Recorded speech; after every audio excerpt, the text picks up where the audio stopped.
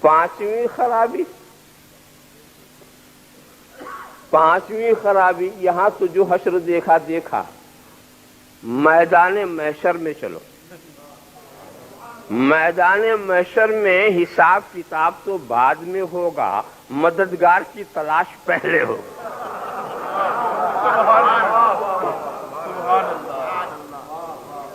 اور پورے اہل محشر مددگار کی تلاش میں نکلیں گے. کبھی حضرت آدم کے پاس، کبھی حضرت ابراہیم کے پاس، سب جا رہے ہیں. غیر کی مدد کو جو یہاں شرک کہتے تھے وہ بھی جا رہے ہیں. ایسا نہیں کہ وہاں جماعت بنا کے کنارے ہو جائیں گے، سب ہی جا رہے ہیں. اور پھر حضرت آدم نے یہ نہیں کہا کہ یہ کیا غصب کر رہے ہو، خدا کے سوا تو کوئی مددگار ہوتے ہی نہیں، کہاں چلے آئے؟ زندگی بھر شرک کرتے رہے، یہاں بھی شرک کر رہے ہو. یہاں بھی سے نہیں، اذهبوا الى غیری، میرے غیر کے پاس جاؤ. اذهبوا الى غیری، میرے غیر کے پاس جاؤ.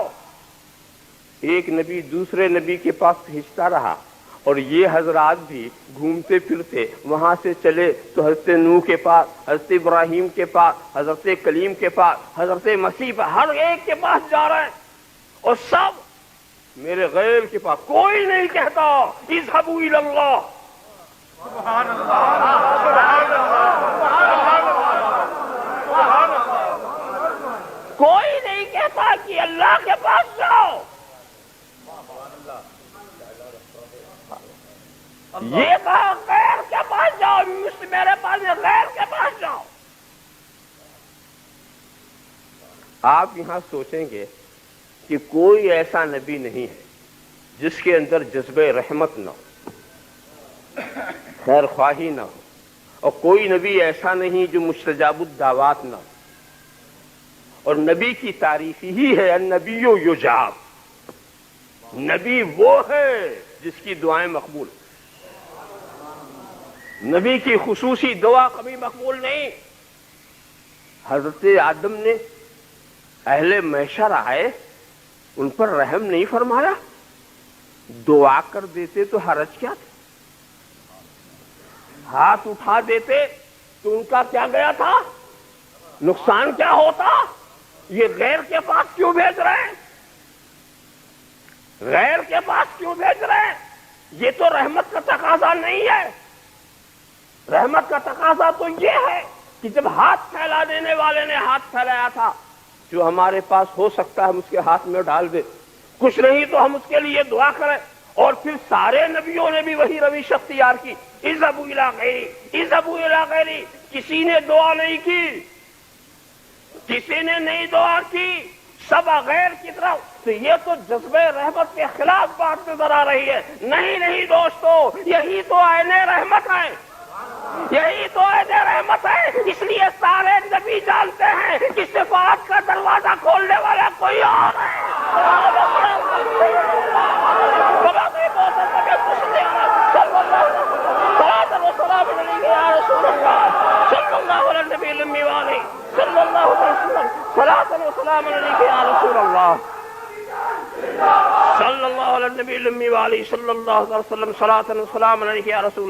سب جانتے ہیں کہ محمد عربی ہی دروازہ کھولیں گے، اور جب تک وہ دروازہ نہیں کھولیں گے کسی کو اذن شفاعت نہیں ملے گا. تو ان کا وقت کیوں ہم خراب کریں؟ اذهبوا الى غیری، اذهبوا الى غیری. جلدی جاؤ، جلدی جاؤ. اور اس کے بعد اچھا صاحب تو وہاں سے نکلے تھے تو سیدھے رسول ہی کے پاس نہ آ جاتے؟ اچھا ان لوگوں نے غیر کا لفظ کہا، یہ نہیں کہا اذهبوا الى محمد. وہیں سے سیدھے آ جاتے. غیر کہا، سرکار کا نام نہیں لیا، اور سرکار کا نام لیا تو حضرت مسیح نے لیا. سرکار کی طرف اشارہ کیا تو حضرت مسیح نے. اور پھر اذهبوا الى غیری، اذهبوا الى غیری. یہ معاملہ کیا ہے؟ تو دوستو اس میں کچھ مصلحت خداوندی ہے، کچھ اس میں حکمت ربانی ہے. اگر یہ قوم سیدھے رسول کے پاس چلی جاتی تو رسول کسی اور کے پاس نہ بھیجتے، کسی اور کے پاس نہ بھیجتے، انا لہا کہہ کر کے شفاعت کرا دیتے۔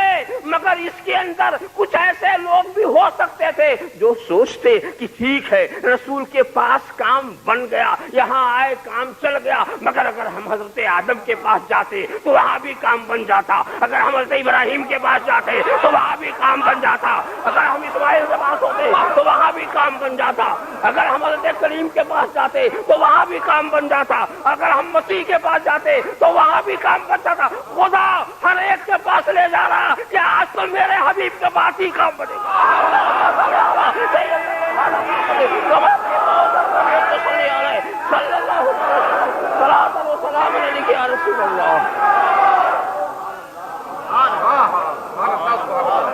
صلی اللہ علیہ نبی الامی صلی اللہ تعالی وسلم صلاۃ و سلام علیک یا رسول اللہ۔ ہاں بات تو میں یہ کہہ رہا تھا سارے اہل محشر مشرک، اور یہ جو نبی کہہ رہے میرے غیر کے پاس جاؤ یہ بھی مشرک، تو جنت میں سب مشرک ہی رہیں گے کیا؟